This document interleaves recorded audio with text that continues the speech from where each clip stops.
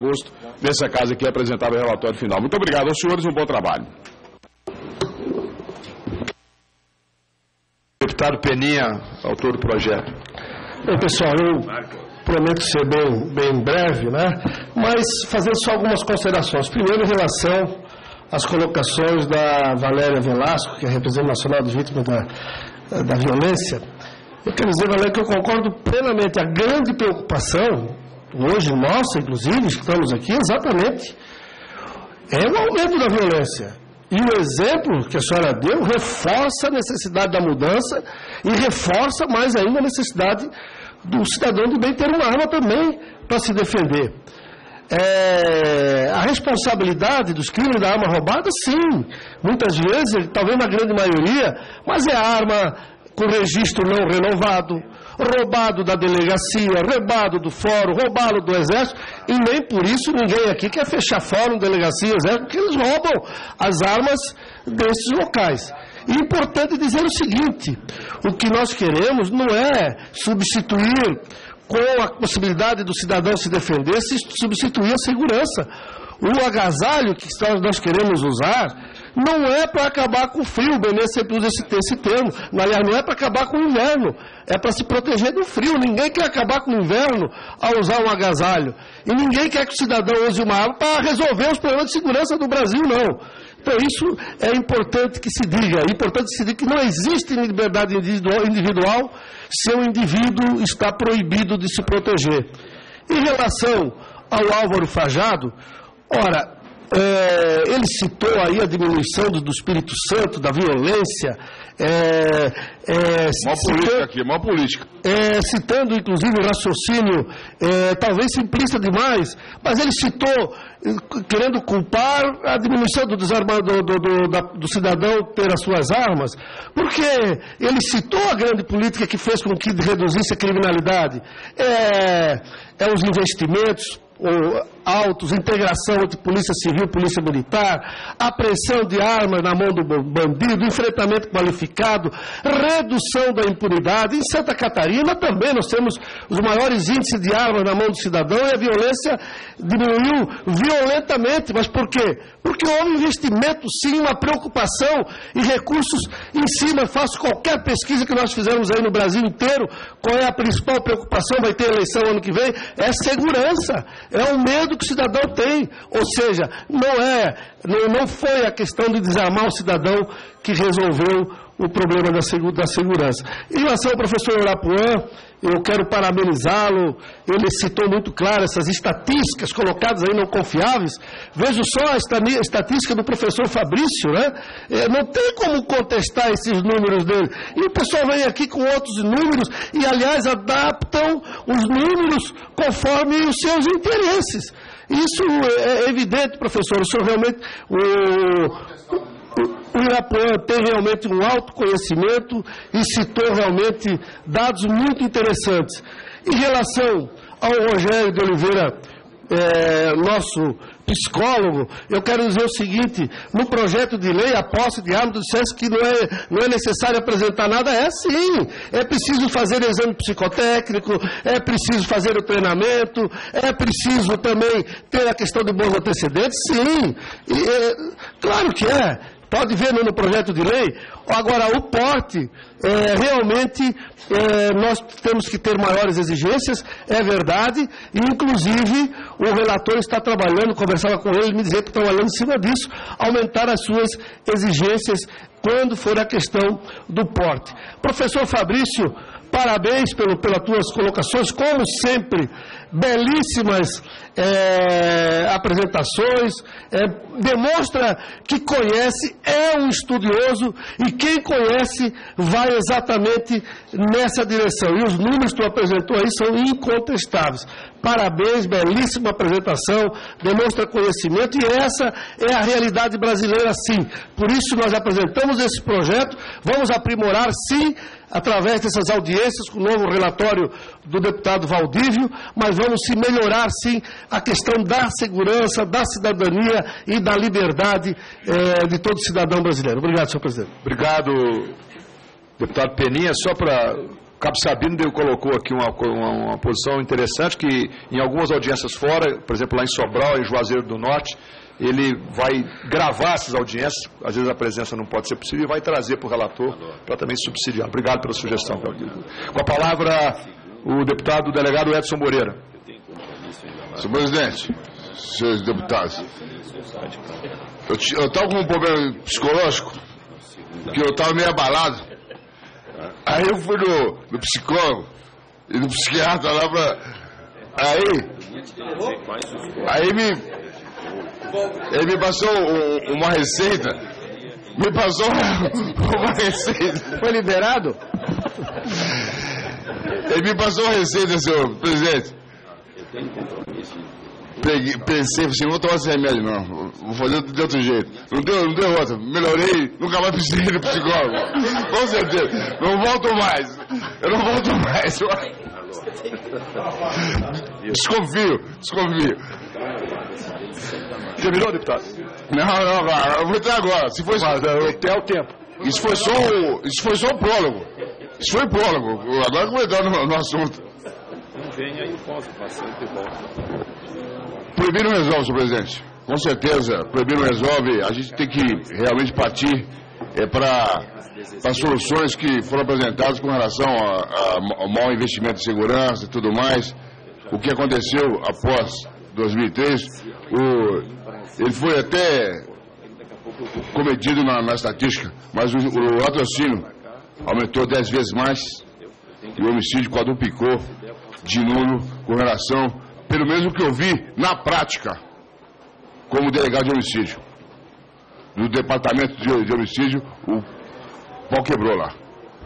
Realmente, as invasões, os assaltos foram mais constantes, as invasões de residências foram mais constantes. Então, piorou depois desse estatuto da 10.860, né? 10.825. O maior motivador de crime, lógico que o maior motivador de assassinatos e crimes, o tráfico de drogas. O negócio foi violento. A gente vê isso diuturnamente. Por que o pessoal mata mais com arma de fogo? O meio mais seguro, o mais distante que o criminoso tem do seu alvo é a arma de fogo que vai dar segurança para ele. Por isso que ele vai pegar a arma de fogo, por isso que ele usa a maioria a arma de fogo. Maioria ilegal. Não vai dar tempo para ele falar tudo, não, hein? Aquela estatística do Fajato, para mim é uma furada.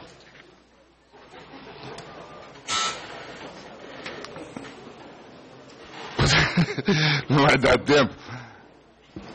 Ô, doutor, psicólogo aqui, ó.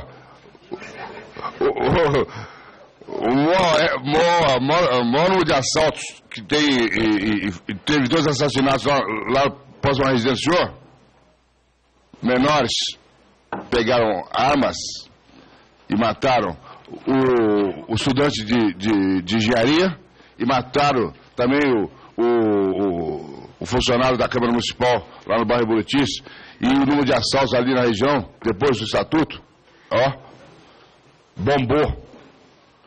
Não vai dar tempo, senhor presidente, mas só para finalizar. O Pinochet era ministro do Allende. Ele colocou o Estatuto do Desarmamento no Chile. Em 1972, implantou o Estatuto. E em 1973, deu golpe e assumiu o poder lá no Chile. Será que era isso que eles queriam fazer aqui, em 2003? Deixa essa pergunta no ar. Muito obrigado, senhor presidente. Deputado Alberto Fraga. Senhor presidente, eu queria cumprimentar a todos os convidados, mas eu queria, de forma especial, parabenizar o nosso ex-governador Irapuã. O testemunho do senhor aqui é uma coisa fantástica. É uma pena que tem pessoas que são cegas, surdas e mudas, principalmente aqueles que pensam que desarmando o cidadão brasileiro de bem vai chegar a algum objetivo. Deputado Fraga, Só para lamentar que quem deveria ouvir não está aqui. Ok? Só para lamentar. Então, uma conversa direta, uma conversa lúcida de um homem de idade, com experiência de vida, será que passa pela cabeça de alguém que o senhor estaria pregando aí a violência? Não é possível uma coisa dessa. Esse pessoal não se sensibiliza. Eu, portanto, quero dizer que eu nunca tinha ouvido o senhor, mas que me encheu os olhos a forma como o senhor aborda a questão. E nós ganhamos o referendo, e eu era o presidente da frente com muito orgulho, porque eu disse exatamente isso. Nós não estamos aqui defendendo armas, não, nós estamos defendendo aqui direito das pessoas, e é o que o senhor colocou aqui.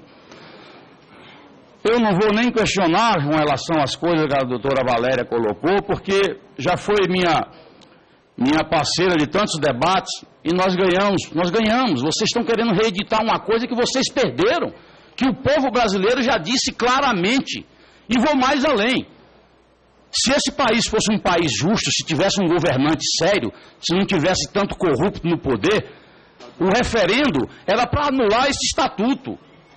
E nós agora estamos, pelo menos, não estamos falando em revogar estatuto, nós estamos falando em corrigir alguns absurdos que esse estatuto foi aprovado ao apagar das luzes, na véspera de Natal, para que o presidente Eduardo Cunha, do PT, pudesse ir lá na ONU e oferecesse alguma coisa, porque queria uma cadeira de segurança na ONU. Foi por isso que foi aprovado. Eduardo Cunha do PT? Perdão, é do João Paulo Cunha, pelo amor de Deus. Vou repetir mais uma vez para quem fique na... João Paulo Cunha, esse que está preso no negócio do mensalão. O Eduardo Cunha é quem tem possibilitado a todos... João Paulo Cunha, gente, pelo amor de Deus. Eduardo Cunha é quem está possibilitando a gente rever, desengavetar coisas absurdas que esse parlamento tem. Portanto, eu acho muito engraçado quando escuto um desarmamentista dizer que a arma mata, mas eles não têm solução, não apresentam dados. Eu não quero aqui, doutora Valéria, ser deselegante com a senhora, mas eu já lhe disse isso e vou ter que repetir aqui. A senhora passou a ser contra as armas e a senhora respeita sua dor, teve seu filho assassinado a chutes e pontapés por 5 ou 6 canalhas covardes que mataram o seu filho de socos. E se aquele garoto tivesse uma arma e tivesse dado um tiro para o alto, hoje a senhora podia abraçar ele. Eu fico revoltado quando vejo a senhora defender a arma, ser contra a arma de fogo, quando foi vítima da violência e quer que nós, cidadãos de bem, sejamos vítimas também. Os exemplos estão aí. Uma senhora de 70 anos, o vagabundo entrou lá, ela falou, olha, eu estou armada, pá, matou. Ou dá um tiro para o alto, o vagabundo corre. Todo mundo sabe disso, mas vocês têm uma visão totalmente míope desse assunto. Braga, a senhora do Rio Grande do Sul está sendo processada por não ter o posse. Pois é, ué, então, nós estamos cansados disso. E eu fico aqui com as palavras sábias do senhor governador Irapuã. Eu já disse isso, governador. Quem banca essas ONGs, Viva Rio, Sou da Paz, são milionárias. Quem banca organismos internacionais que têm interesse, sim, em que a indústria bélica do nosso país desapareça. O governo também... Porque são competitivas. Agora, são bancados pela indústria bélica grandes coisas, como se uma campanha para deputado federal custasse 120 mil reais. É a doação que eu recebi. E declaro, está lá declarada. E não tenho vergonha. Agora, quem vem aqui criticar foi o relator da internet e recebeu o dinheiro da Sky. Qual é a diferença? Faça-me um favor. Aqui não tem nenhum bobo. E eu cansei de ficar sempre amargando essas respostas absurdas e eu não vou mais ficar calado. Por isso, senhor presidente, eu já passei do meu tempo. Só para finalizar com relação ao psicólogo, eu concordo. E me orgulho também de ter sido eu que coloquei os requisitos para se comprar arma de fogo ou para se ter arma de fogo. Fui eu que coloquei como primeiro relator do Estatuto do Desarmamento. Então essa minha luta é de 1998, que eu estou lutando para defender o povo brasileiro. Concordo plenamente com os requisitos. Agora, já não concordo quando alguém fala, né, já não concordo com a discricionariedade de um delegado da Polícia Federal, subserviente ao governo federal, subserviente para o mandado do ministro da Justiça, que perdeu no referendo e quer ganhar no tapetão, como ele vem ganhando. O povo brasileiro, a doutora Valéria disse que pode comprar a arma, que poder pode, mas vê se consegue registrar a arma. Comprar não, autorização. Não existe isso, doutora Valéria. Brasília, em 2014, expediu 2 portes de armas. 2, estou falando Brasília porque nós moramos em Brasília. Então, eu acho que vamos aproveitar essa vontade de defender, ser contra a violência, ser contra a criminalidade, aproveitando uma palestra como a do doutor Fabrício, baseados em dados, não tem lado, não tem partido, seu partido é o povo, seu partido é o combate à violência, e você mostra dados que são incontestáveis, mas eles não, vêm com essas mentiras, salvou 20... Para encerrar, agora para encerrar, o gráfico que foi mostrado ali, ele parou em 2011. Sabe por quê, presidente? Porque 2002 e 2013, os dados desse gráfico ultrapassavam os números de 2003. Ou seja, os assassinatos estavam maiores, cresceram no mesmo patamar de 2003, antes do desarmamento. Como 2013 e 2014 os números são desfavoráveis, aí eles não apresentam, cortaram o gráfico ali até 2011. Então, senhor presidente, eu quero parabenizar a todos os convidados, respeito as opiniões divergentes, né, mas eu prefiro continuar com a minha defesa do povo brasileiro, que é o cidadão de bem, que tem o direito de ter sua arma em casa para defender a sua vida e a sua família. Obrigado, deputado Fraga. Deputado Eduardo Bolsonaro. Bom dia, senhor presidente, a todos os convidados.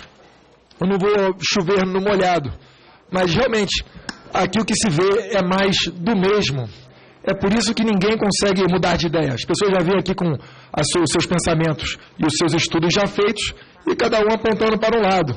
Eu cheguei a corrigir aqui o delegado, me fugiu o nome dele?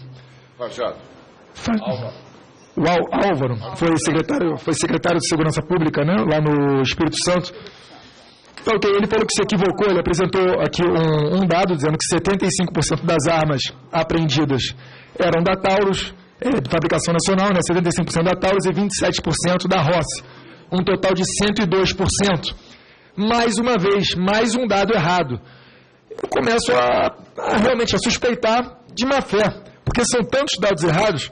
E aí eu pergunto o seguinte, 42 mil pessoas mortas em 2012, esse é o mapa da violência divulgado no mês passado. Será que só isso, por si só, não serve para discutirmos um estatuto do desarmamento que se mostrou totalmente falido? E continuando, presidente, para não me alongar e não chover no molhado, repetindo, porque o deputado Fraga fez uma brilhante exposição, a questão da importação de armas. Primeiramente, eu fiz a minha campanha em São Paulo com R$52 mil, com a ajuda de ninguém. Não acho desonroso ou antiético qualquer tipo de doação de empresa, tanto que foi assim o meu voto aqui no Congresso. Porém, senhor presidente, jogar na nossa cara que somos financiados pela Taurus ou pela Embel ou CBC, tá de brincadeira, né? Voltando ao assunto, em 1990, 80% das armas produzidas no Brasil eram exportadas para os nossos vizinhos, que fazem fronteira com nós aqui na América do Sul. Paraguai, Argentina, Uruguai, nada impede que essa arma vá para lá legalmente e retorne de forma ilegal. Corroborando, o México não tem indústria de armas. No entanto, é o 9º país mais violento do mundo. Será que se aqui no Brasil todos os homicídios acontecessem com pistola Glock e nós fechássemos a Glock na Austrália, será que isso ia resolver o problema do Brasil? Logicamente que não. Quem me passou esses dados foi o professor Benê Barbosa, está aqui atrás de mim. Tem como não dar ouvidos a um especialista, a um estudioso nesse sentido, que apresenta dados? Então, realmente, vamos aqui continuar com audiências tendo mais do mesmo. Porém, presidente, tem que elogiar que finalmente estamos tendo aqui audiências que escutam os dois lados, e não somente um lado, que foi como ocorreu por ocasião da elaboração do Estatuto do Desarmamento, que foi promulgado no dia 23 de dezembro e regulamentado apenas em meados de 2004. Ainda assim, quando mostra ali qualquer queda de homicídio, o pessoal desarmamentista alega que é por conta do Estatuto do Desarmamento. Então, era isso que eu queria expor, presidente. E muito obrigado. Obrigado, deputado Bolsonaro. Com a palavra agora, deputado Capo Sabino.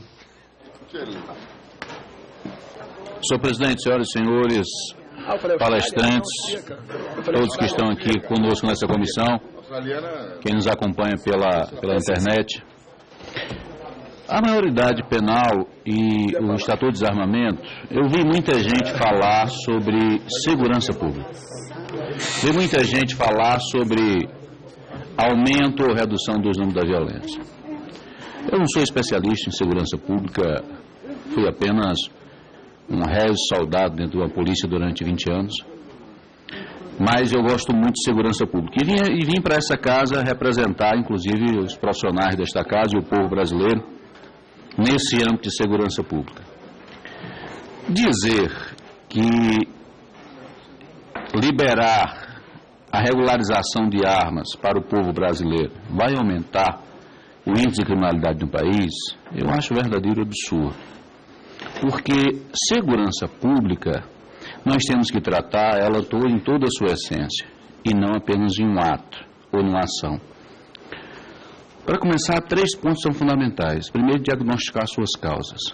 E isso qualquer cidadão neste país vai saber, no mínimo, dizer de 3 a 5 causas do aumento da violência que hoje gera no nosso país. Tá? E além disso, nós poderíamos ir além, né, que é o planejamento e a execução. Planejamento, todo o Estado tem seus planos de segurança, o próprio Ministério da Justiça tem um Plano Nacional de Segurança Pública. Agora o erro está na última parte, a gestão, que nós poderíamos citar 5 pontos, e a arma não está nela. A deficiência dos efetivos. Nós poderíamos citar a questão de uma justiça falida e falha, que leva em média 10 anos para julgar um caso.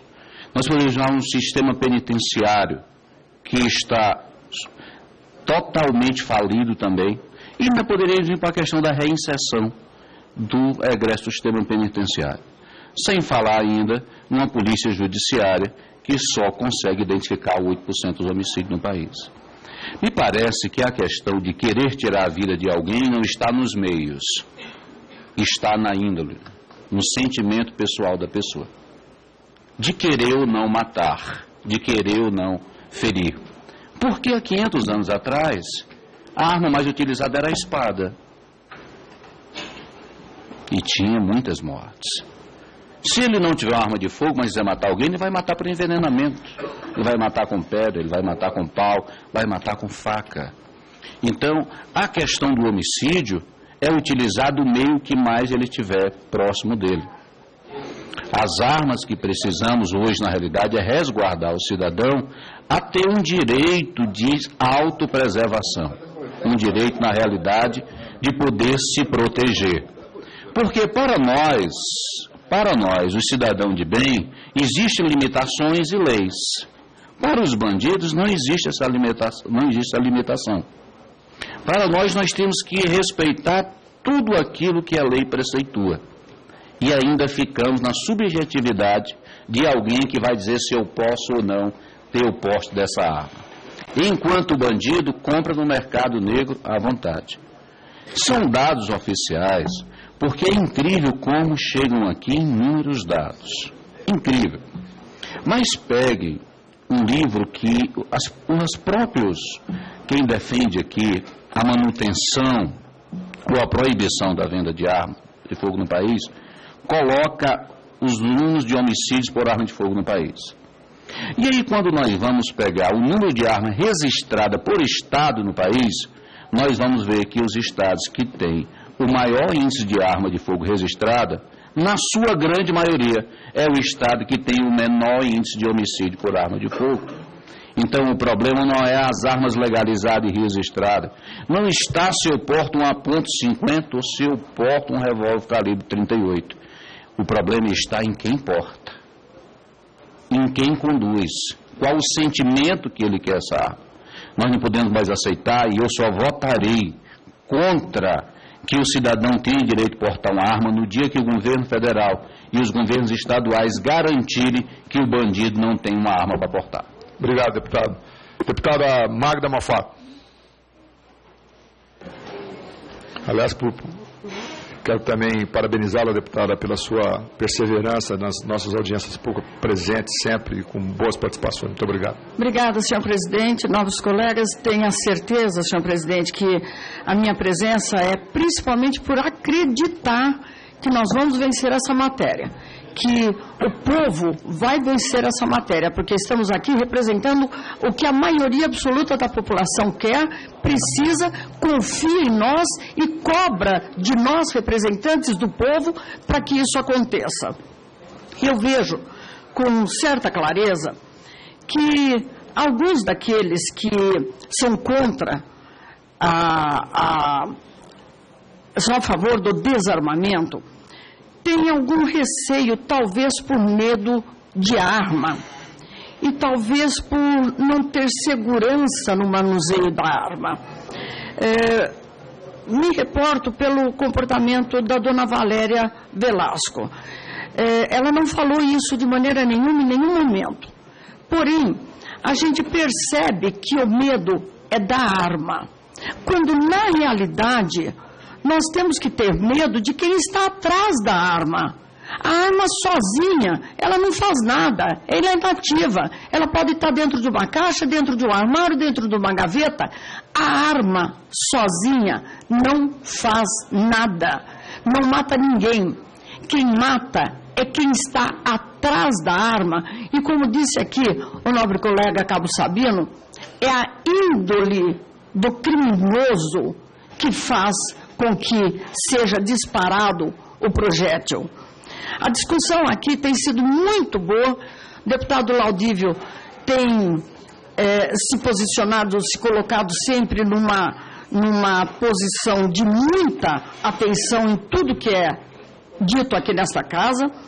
E com certeza, ele principalmente, que será o relator, e nós todos também que estamos colaborando com tantas audiências públicas, que é importante para que não digam depois que não foi discutida a matéria, de extrema importância, porque é nesse relatório que nós vamos estar trabalhando muito para que seja aprovado. Esse item de desarmamento talvez tivesse realmente interesses escusos, ou os interesses secundários, como interesses políticos, como foi dito aqui, que houve realmente interesses políticos, em detrimento ao cidadão de bem. Fico muito feliz, doutor Irapuã, ao ter aceitado o nosso convite para que esteja aqui. Como o senhor viu, nossos colegas elogiaram muito o seu posicionamento de pessoa conhecedora profundamente do assunto, um depoimento de pessoa extremamente de bem, respeitadíssimo no cenário do Estado de Goiás, do cenário nacional, e quando uma pessoa do seu gabarito vem aqui dar esse depoimento, para nós é de extrema importância e também enriquece esse debate todo. Com certeza, eu até queria fazer uma pergunta só para a dona Valéria, que eu tenho a impressão que eu não entendi bem uma colocação que ela fez, que eu gostaria que ela esclarecesse um pouco. Eu ouvi que ela disse que nem a polícia tem competência ou capacidade suficiente para manusear uma arma. Eu tive a impressão de ter ouvido isso da senhora. E gostaria também de perguntar ao doutor Rogério de Oliveira Silva, quando o senhor fala que Einstein disse que se houver uma quarta guerra, essa guerra será feita de pedradas e pauladas. Eu não sou estudiosa, não sou psicóloga, mas eu fiquei pensando se, porventura, Einstein imaginou que haveria uma grande regressão humana, da inteligência humana, ao fazer uma colocação dessa. É importante porque vem, com certeza, a brilhantar a nossa discussão e trazer um pouco mais de conhecimento para nós, leigos, que não estudamos psicologia. Muito obrigada, senhor presidente. Obrigado, deputada. Para encerrar, deputado Hélio e depois deputado subtenente Gonzaga. Se fosse mais rápido um pouco, porque os expositores já estão se cansando também um pouco. Senhor presidente, nossa intervenção será muito breve, mas eu não poderia deixar aqui de agradecer e reconhecer o brilhantismo da exposição do Dr. Fabrício, sem que queira diminuir as demais apresentações, mesmo porque aqui eu não estava. Mas, dado a praticamente unanimidade dos colegas que me antecederam, eu quero me juntar a eles quanto ao brilhantismo da exposição do Dr. Irapuã, além dos demais. Quero dizer, senhor presidente, que nós, lá no estado de Roraima, nós encabeçamos um movimento contra o que queriam naquela oportunidade, ainda no momento em que as atrizes bonitas e chorosas da Rede Globo dizia que o estatuto, a pesquisa era de mais de 80% favorável, e Roraima acabou dando o maior índice contra a proposta naquela época, no referendo. E isso, para concluir, senhor presidente, a tese defendida pelos desarmamentistas me parece muito com algo que uma vez eu li na internet. O cidadão escreveu mais ou menos de que o mundo ideal seria aquele em que o dia em que uma frágil ovelha aceitaria tranquilamente um jantar na casa do lobo, sem ter medo de que ela seria o cardápio a ser oferecido. Mas que para isso ocorrer, seria necessário que a ovelhinha estivesse devidamente armada. E eis aí o cerne da questão. Deputado subtenente Gonzaga, para nós encerrarmos e passar a palavra aos expositores. Tentarei ser breve, presidente. Senhor presidente, senhoras e senhores deputados, peço desculpa porque só cheguei ao final, tenho feito um esforço de acompanhar as audiências e hoje, infelizmente, não foi possível. Então, obviamente que eu tenho pouco a manifestar a partir das exposições. Já cheguei, já estava no processo do debate. Como houve muita referência ao trabalho do Dr. Fabrício, depois eu gostaria de conhecer, inclusive, as publicações e as pesquisas que ele tenha ou possa ter, porque nós estamos alimentando esse debate, ou sendo alimentado por algumas pesquisas, e toda sendo colocada em xeque a sua veracidade. Então, quem concorda que a redução de armas ela contribuiu para a redução de homicídios, se apoiam nas pesquisas apresentadas pelo Sou da Paz como referência e, obviamente, com a participação do IPE, enfim. E, aos contrários, se apoiam em outras pesquisas. Obviamente que nós sabemos que pesquisas são feitas também com objetivos. E a gente tem que ter todo o cuidado para analisar. Mas eu já manifestei aqui que, do ponto de vista de um estudo, na minha perspectiva, bem fundamentado, as pesquisas, as estatísticas que foram apresentadas, com a participação do IPEA, enfim, que apontam que a redução de armas contribuiu para a política de segurança pública no que diz respeito à redução de homicídios, eu as tenho como pesquisas bem fundamentadas do ponto de vista científico e da técnica de elaboração de pesquisa. Eu estou preocupado conosco mesmo, né, porque somos nós que falamos mais, os deputados é que falam mais aqui, e a gente acaba consolidando alguns rótulos, né? Então, cidadão de bem, cidadão do mal, está sendo dividido aqui de várias formas. Né? Quem defende que a redução de armas é um instrumento de redução de homicídio se coloca na posição de cidadão do bem. Eu estou defendendo a vida. E ao contrário, a mesma coisa. Então, acho que uma das questões que nós precisamos de parar de nos rotular aqui, cidadão de bem, é pelo simples fato de enxergar numa medida ou numa proposta a mais eficaz para combater a violência. Eu acho que se tem cidadão do mal aqui, é aquele que está utilizando a arma para cometer o crime. Aí eu acho que dá para fazer esse comparativo. No mais, o simples fato de ser a favor ou contra uma política, ela não transforma ninguém, nem cidadão do mal, nem cidadão do bem. Também não acho que é uma orientação muito bacana para esse discurso esquerda e direita. Né?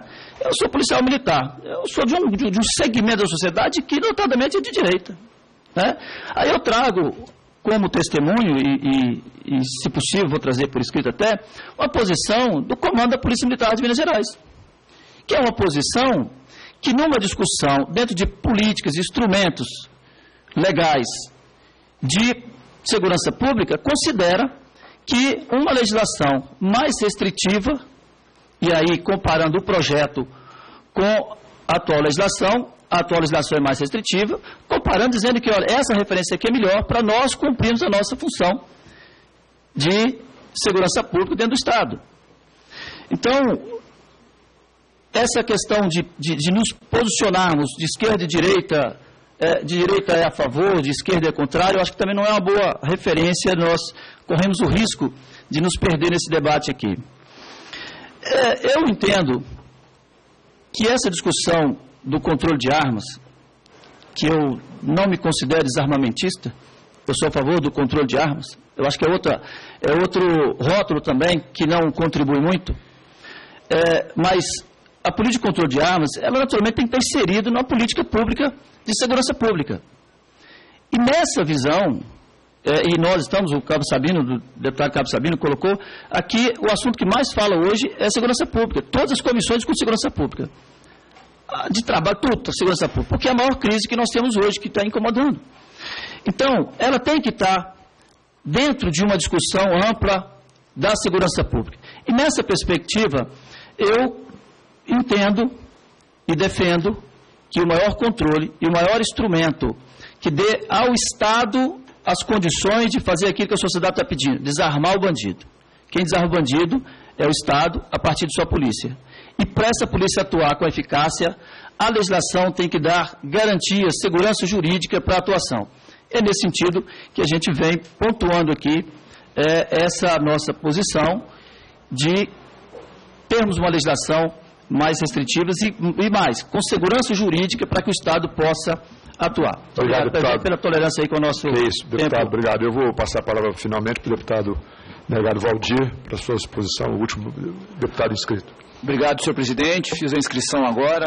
Gostaria de cumprimentar a mesa na pessoa do nosso eterno governador, doutor Irapuã Costa Júnior, governador do estado de Goiás, ontem, hoje e sempre, e pelas suas posições extremamente lúcidas, fantásticas, né? Eu me orgulho de ser goiano e de ter tido o senhor como governador e com opiniões tão sensatas, tão claras e tão próximas daquilo que o cidadão, que o povo pensa. Até me estranha hoje muitos governadores não se exporem em assuntos polêmicos. E Vossa Excelência vem aqui dar uma aula magistral do que pensa o povo. O senhor nunca se afastou do cidadão do povo. O senhor pensa como ele. Isso me enobrece. Eu fico muito feliz de ser de Goiás e ter tido um governador como Vossa Excelência. Queria lembrar o doutor Fabrício, não esquecer de deixar para nós aí a cópia do seu estudo, que também é um estudo fantástico, cumprimentar os demais membros.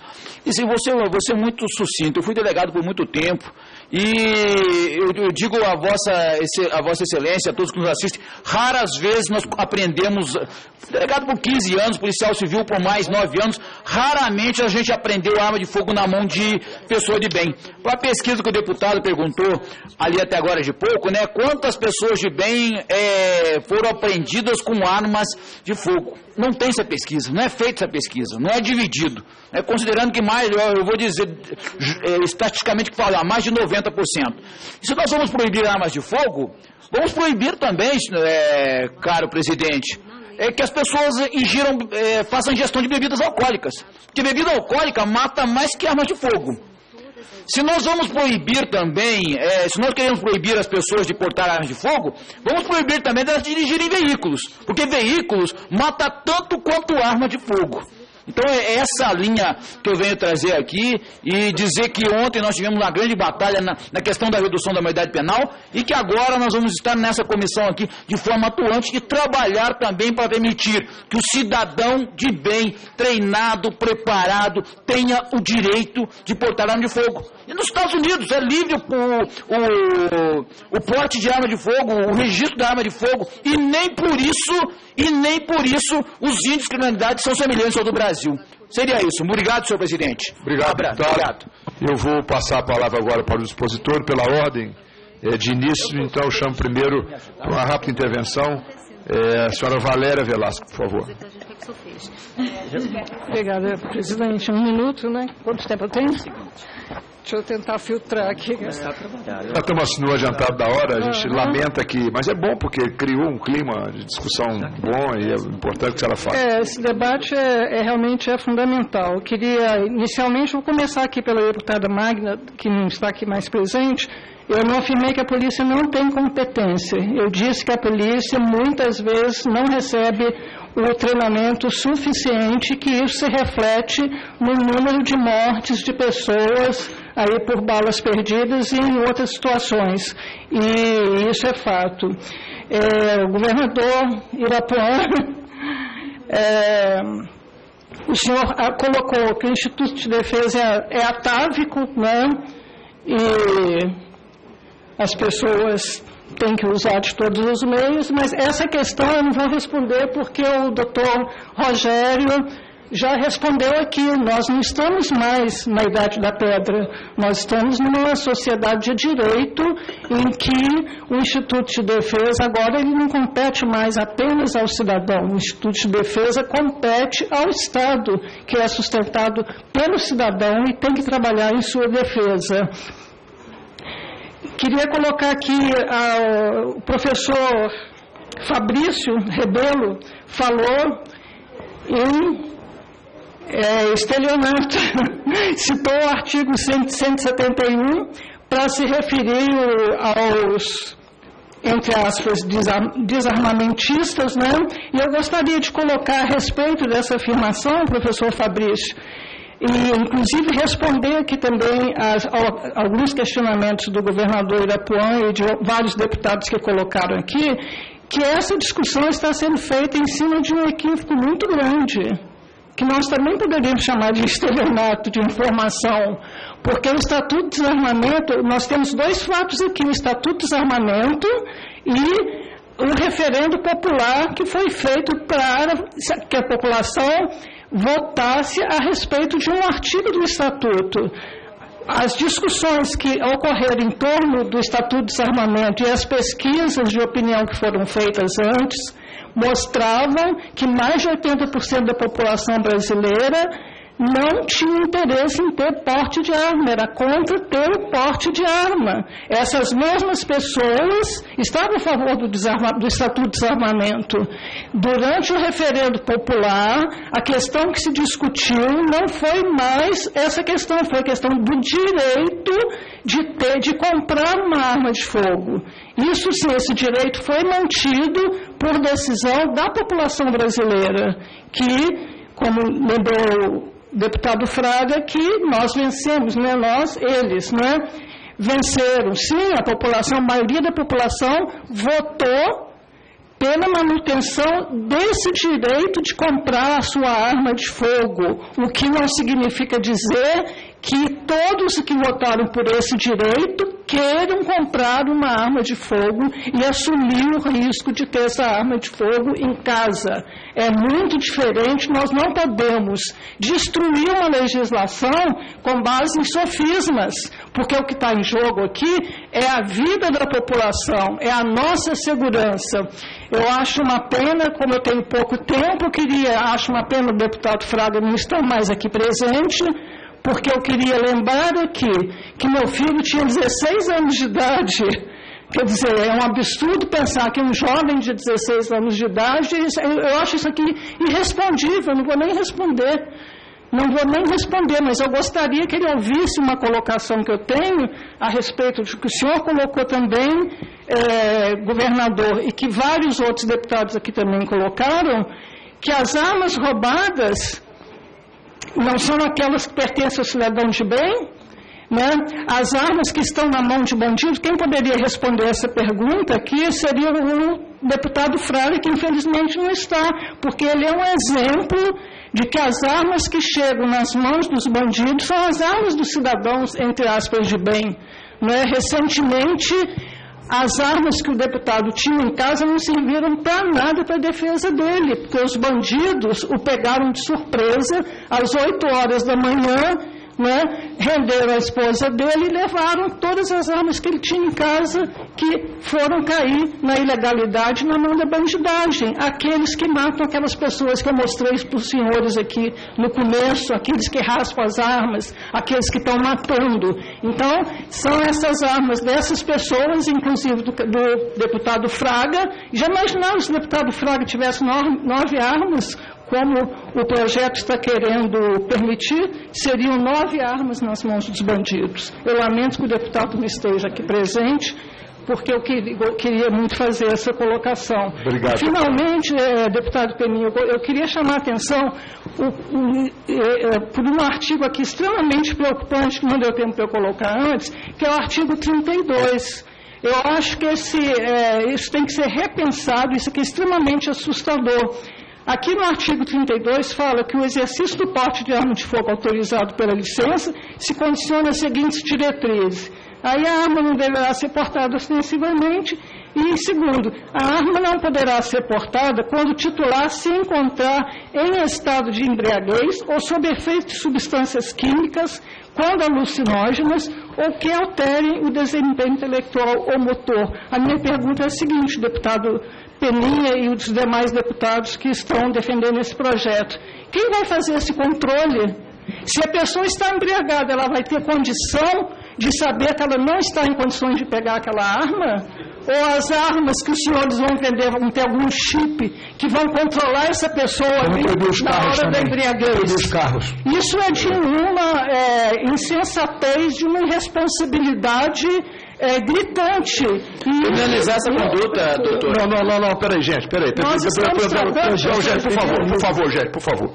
A doutora Valéria esteve aqui conosco, foi convidada, deixou seus afazeres. Deixa ela concluir, por favor. Estou exercendo o meu direito, eu respeitei todas as... Claro. Tudo que eu ouvi aqui até agora, né?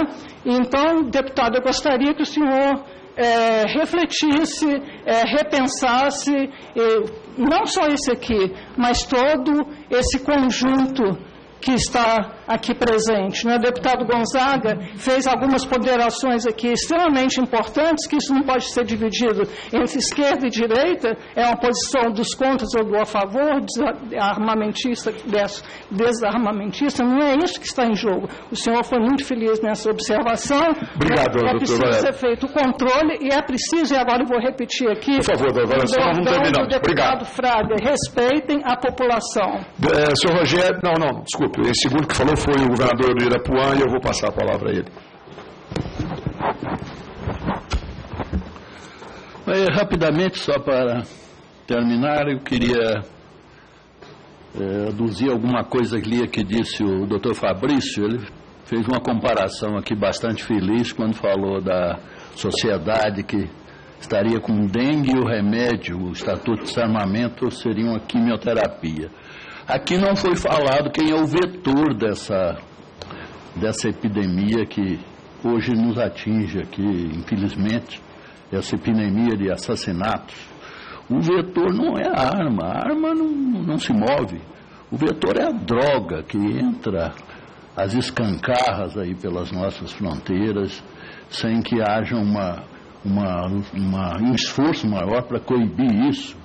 Há até uma tolerância com os presidentes dos países vizinhos, onde se produz essa droga e ela entra no país, sem que nossas fronteiras estejam mais desguarnecidas. Então, de fato, nós temos hoje uma doença, ela está sendo combatida erradamente e o seu vetor é a droga.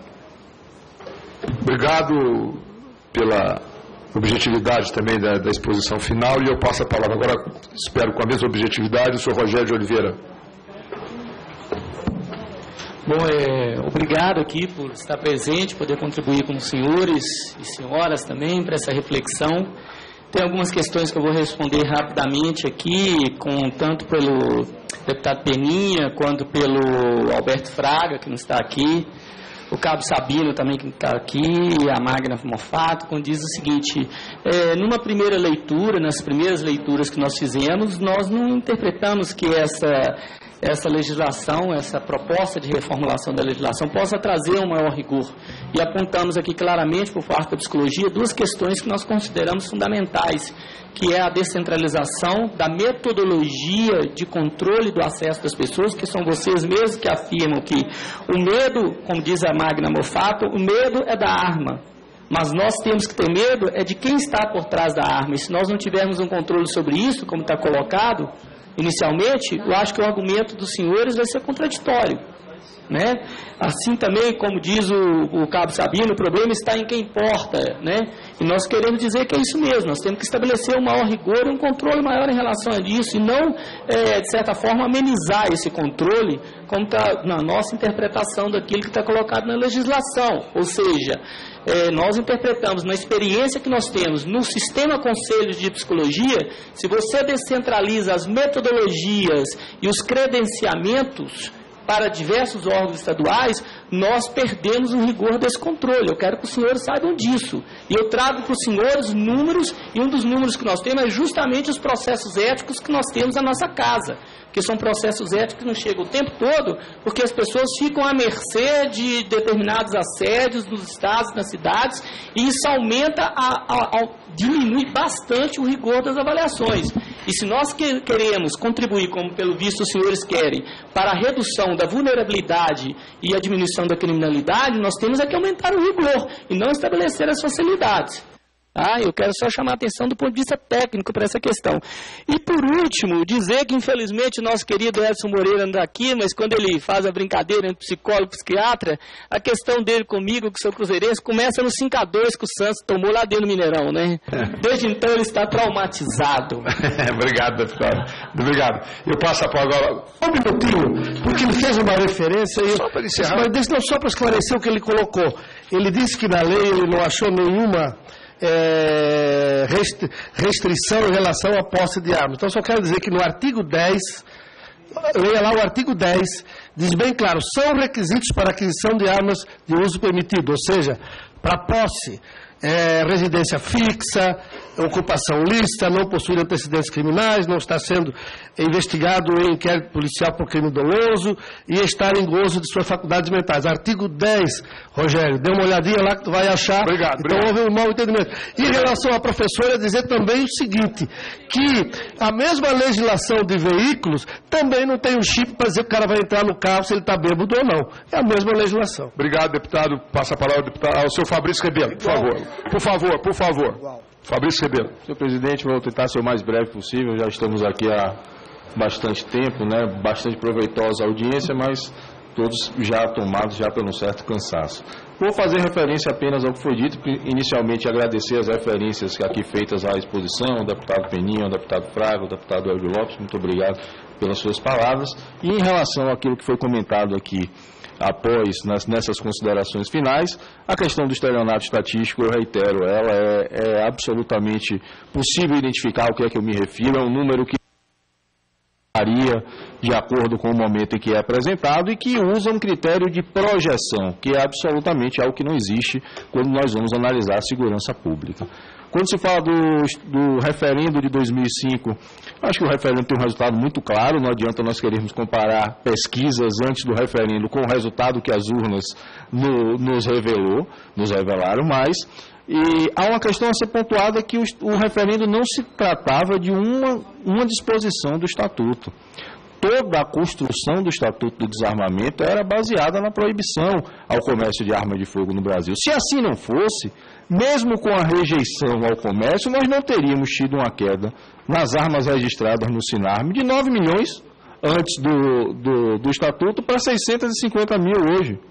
mesmo mantendo-se a possibilidade, que aqui se diz que ainda é possível comprar arma de fogo, mas eu desafio qualquer um cidadão comum a ir tentar e ver o que acontece. Se mesmo mantida essa possibilidade, nós não teríamos essa drástica redução.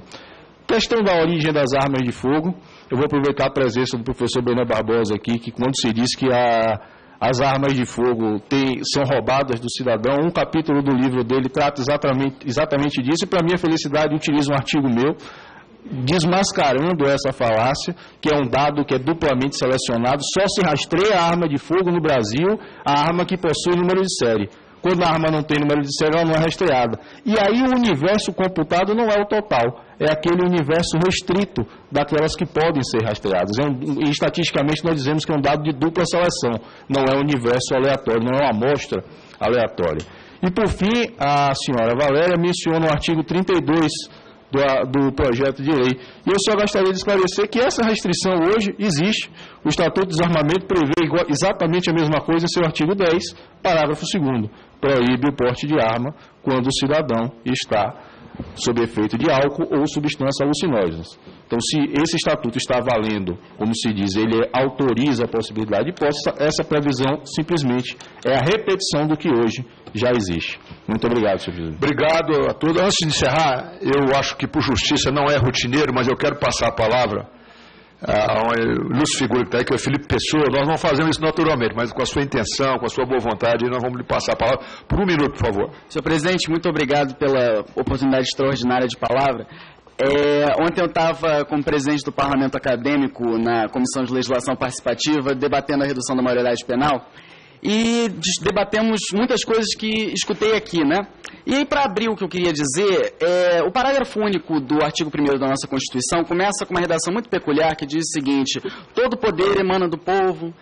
E se isso é verdade, e temos o que aconteceu no referendo de 2005, e que o projeto de lei do deputado Peninha, ele é recordista de apoio nessa casa, essa discussão já acabou. Mas, enfim, o que eu vim realmente colocar é uma coisa que me incomoda muito, é que é a cultura que se estabeleceu depois do Estatuto de Desarmamento, e também muito reforçado pela mídia, de que desarmar as pessoas você salva vidas. Isso não acontece. Aí cria-se um clima de histeria, como que aconteceu na Assembleia Legislativa do Rio de Janeiro, que começa a proibir porte de arma branca. E olha só que engraçado. Na minha faculdade aconteceu um evento em que um jovem foi esfaqueado porque não tinha o que entregar ao seu assaltante. Ou seja, ele não reagiu. E mesmo assim foi esfaqueado e só sobreviveu por 2 milímetros. Ele foi esfaqueado na garganta. Então é o seguinte, e aí depois a imprensa veio, a faculdade, tudo. E uma das coisas que eu escutei, acredite senhor se quiser, senhor presidente, acredite senhor Rogério Peninha, professor Bené Barbosa, sabe o que eu escutei? Eles falaram, eles roubam celular, né? Então é melhor você passar a vista em celular para a faculdade. Mas que ideia genial um negócio desse. Roubam celulares, vou passar a vista em celular. Roubam carros, passo a vista em carro. Roubam roupa, vou vista em roupa também, né? Obrigado. Senhor presidente, só fazer a conclusão mesmo. É um pensamento que eu queria colocar em relação ao que o doutor Rogério colocou. Ele coloca delegar ao cidadão a função do Estado, mas que coisa maravilhosa seria esse mundo que o Estado consegue me proteger 24 horas por dia, né? A Constituição dos Estados Unidos, na sua segunda emenda, ela diz o seguinte: sendo necessária a segurança de um Estado livre e a existência de uma milícia bem organizada, o direito do povo de possuir e usar armas não poderá ser infringido. Isso quer dizer o seguinte: você está dando à população o direito de se proteger e, acima de tudo, o que está essencialmente aí é que a população tem o direito de Felipe. proteger do Estado tirânico. Obrigado. Pois não. Presidente, foi bom ouvi-lo. Claro. Eu acho que eu vou apresentar um projeto de lei, talvez venha a PEC, para proibir a polícia de fazer apreensão de armas sob a premissa de combater a violência e a criminalidade por essa premissa.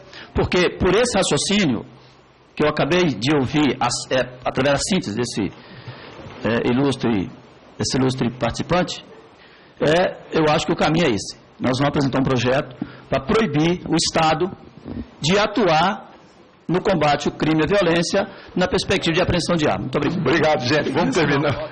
Eu agradeço muito a presença. Explica depois, Gonzaga, que eu não entendi o raciocínio, não. Me explica depois aqui, Gonzaga. esse tema é muito polêmico. Vocês me desculpem, mas a situação é essa mesmo. Muito obrigado a todos vocês. Agradeço muito, foi muito importante. Está encerrada a reunião.